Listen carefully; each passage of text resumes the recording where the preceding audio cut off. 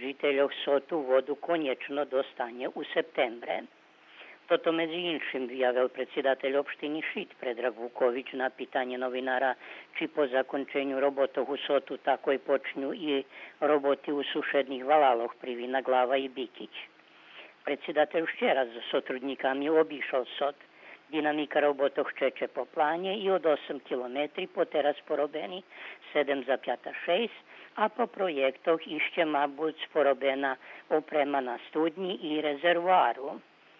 Potrebni sredstva obezpečili Uprava za kapitalne ukladanja Vojvodini, Pokrajinski sekretarijat za poljoprivredu i ljesarstvo i opština Šid i vecej ročne očekovanje vodi u Sotu bude koniečno spolnjete. Realizacija projekta vodovodu za Bikić i Privinu, Glavu vypatra že za teraz pod znakom pitanja.